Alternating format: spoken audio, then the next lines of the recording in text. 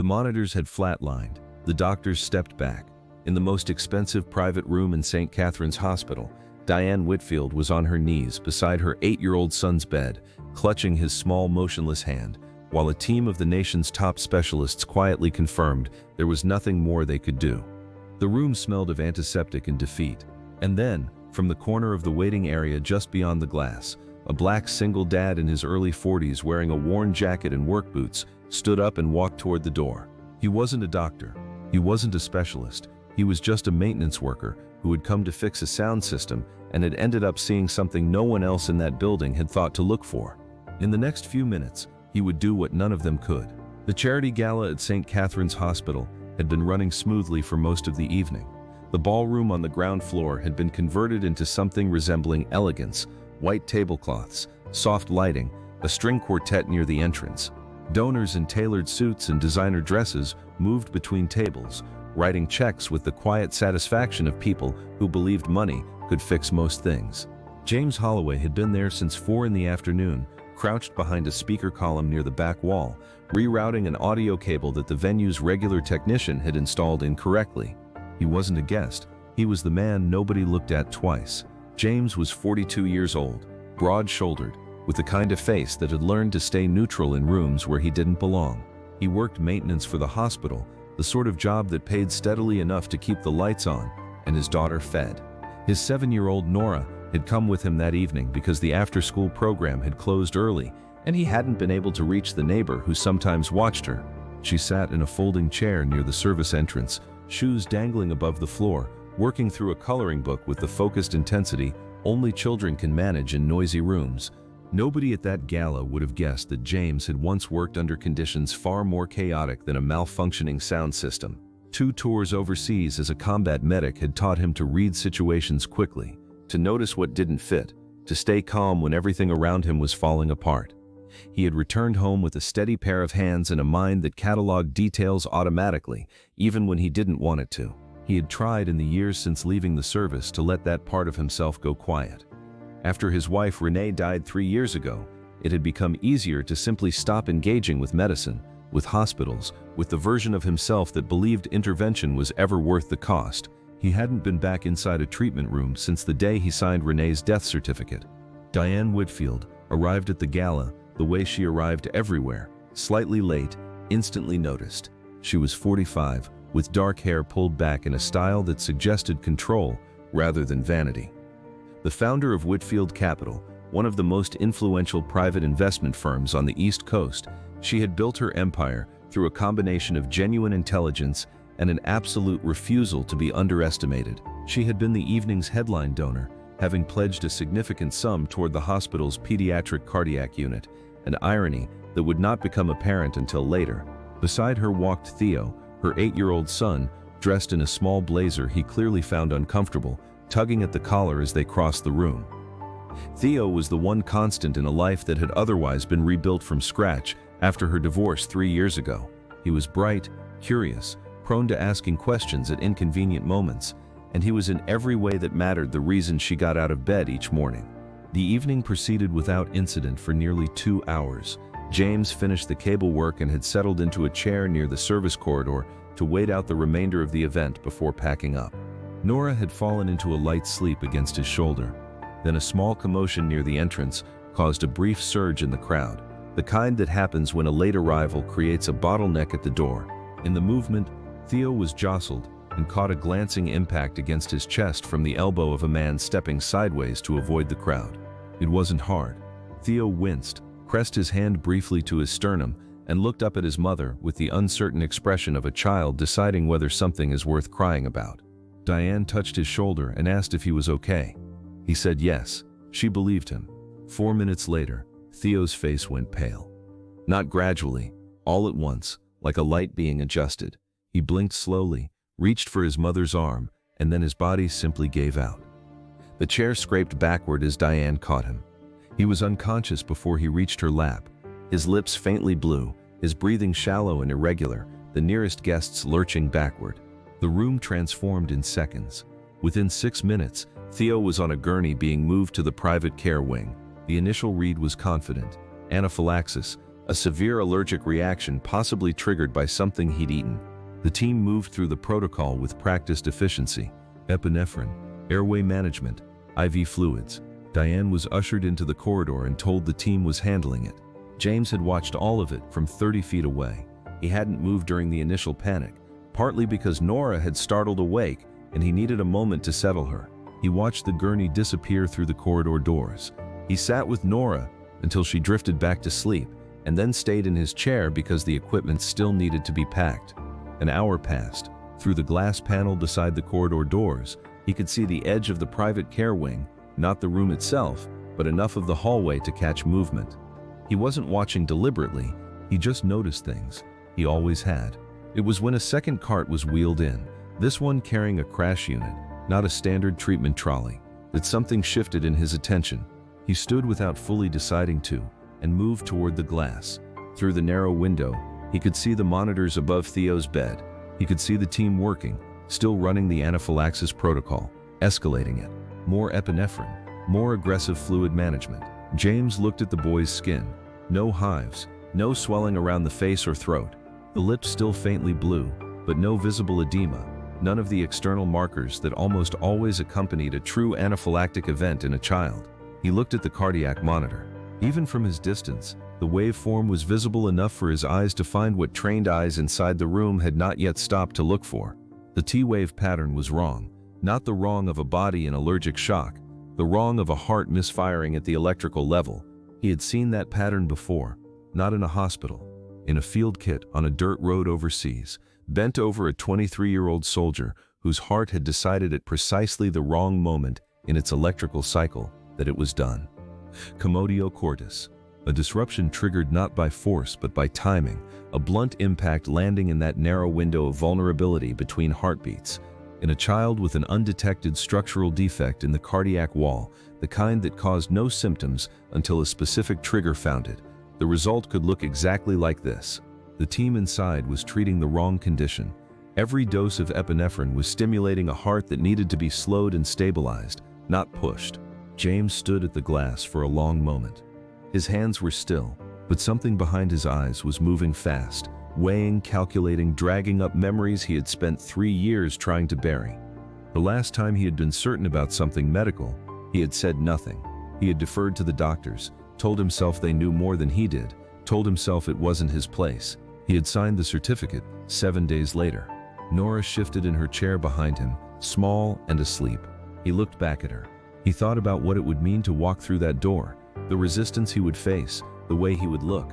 A man in work boots and a worn jacket, telling a team of specialists they were killing the patient they were trying to save. He thought about how that story ended, usually.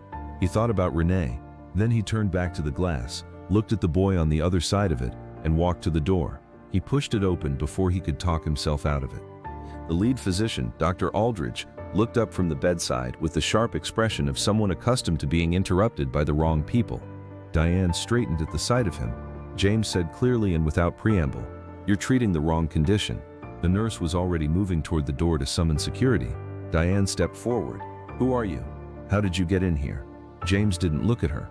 He looked at Aldridge, because Aldridge was the only person in the room whose next decision would matter. "I know how this looks.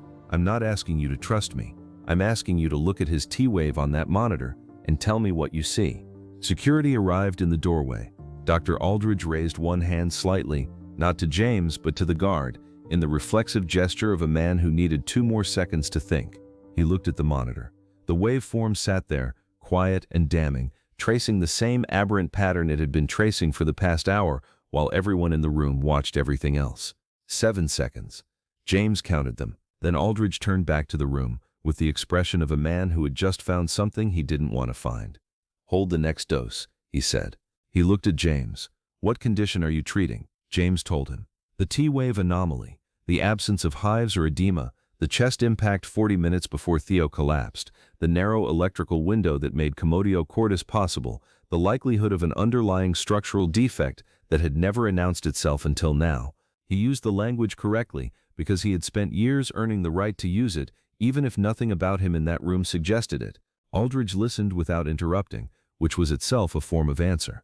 When James finished, Aldridge turned to the team. "I want an echo. Now." and someone get cardiology on the phone. Diane stepped directly into Aldridge's path. Someone needs to tell me who this man is and why he just changed my son's treatment plan. Aldridge met her eyes steadily. Miss Whitfield, right now I need you to let us work. She didn't move immediately. She looked at James, really looked at him, the worn jacket, the complete absence of any credential or affiliation that would explain his presence, and something in her expression moved between fury and something harder to name. Then she stepped aside, not because she trusted what was happening, but because the alternative was to keep fighting in a room where her son's heart was beating wrong. The echocardiogram technician arrived within 4 minutes, the cardiology fellow 90 seconds after that. James stayed near the wall, watching the monitor with the focused quiet of a man who had learned that the most useful thing you could sometimes do was simply not leave. The echo took 11 minutes. When the images resolved on the screen, the cardiology fellow leaned in close, then straightened, then leaned in again. He pointed to something in the lower portion of the image, a structural irregularity along the atrioventricular wall, small, congenital, the kind of thing that produced no symptoms under ordinary conditions and would never have appeared on a routine pediatric checkup. Under ordinary conditions, Theo could have lived another decade without knowing it was there.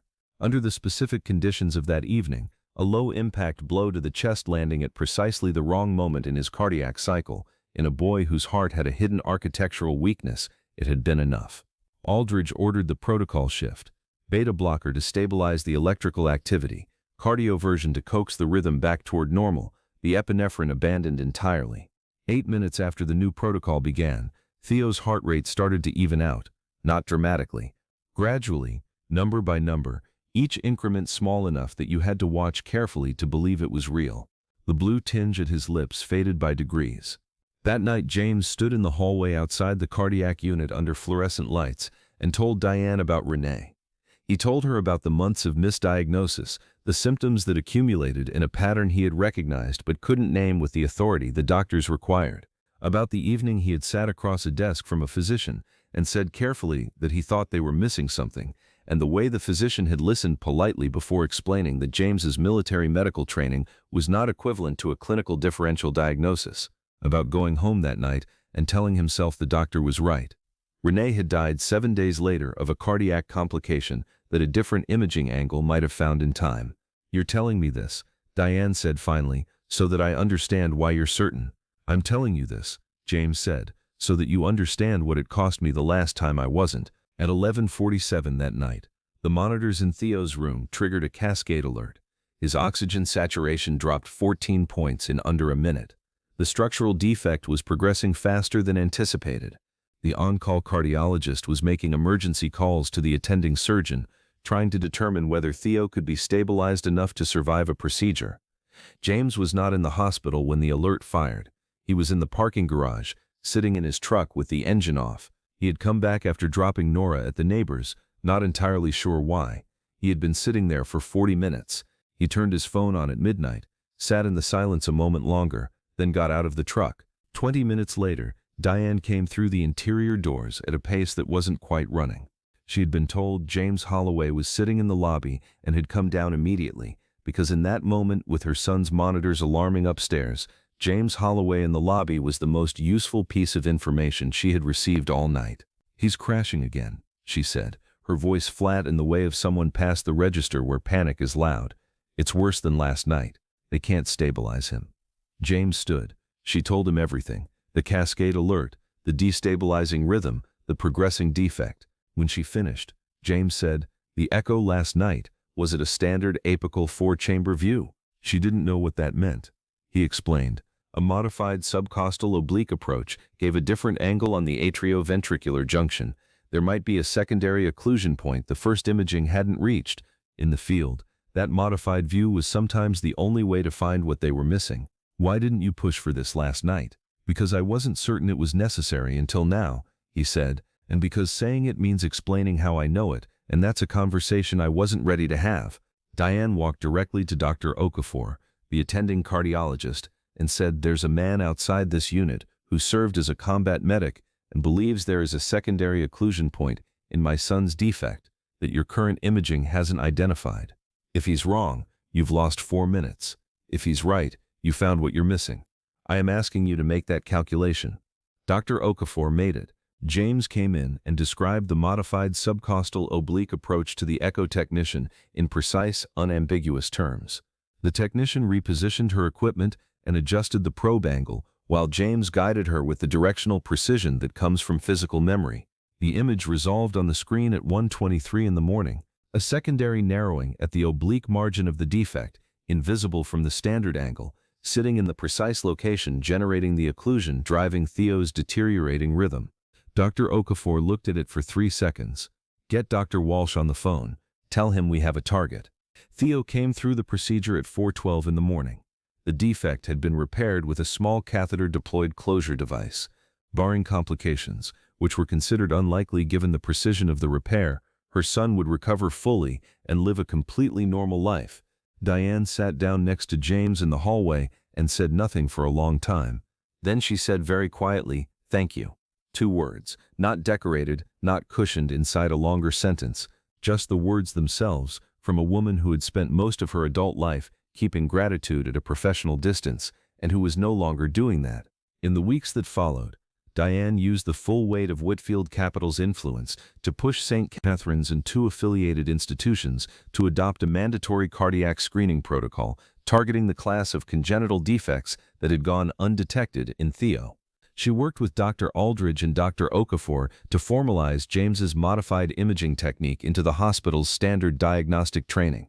She did it without press releases or public announcements. She just made it happen. James was informed through a brief letter from the hospital's chief medical officer confirming that no further action would be taken by the inquiry board. When Theo was well enough to have visitors, he had made a drawing of 2 figures, one in a white coat and one in regular clothes. He had colored the figure in regular clothes slightly larger. James took it home and put it on the refrigerator. That evening, after Nora was in bed, he sat at the kitchen table in the quiet and thought about Renee, not with the old weight, with tenderness, with the ordinary ache of absence rather than the sharp edge of a wound. He thought about the night she died, and the night Theo almost did, and the difference between them, not in the outcome, but in the choice he had made. The second time he had spoken, that was all. He had walked through a door and said what he knew to be true and refused to be quiet about it, regardless of what it cost him. It hadn't required a credential or a title or anyone's permission. It had only required him to stop treating his own silence as a form of humility when what it actually was had always been fear. The worth of a person has never lived in their credentials. It lives in what they do when staying quiet would be easier, and when the cost of speaking is something only they will have to pay.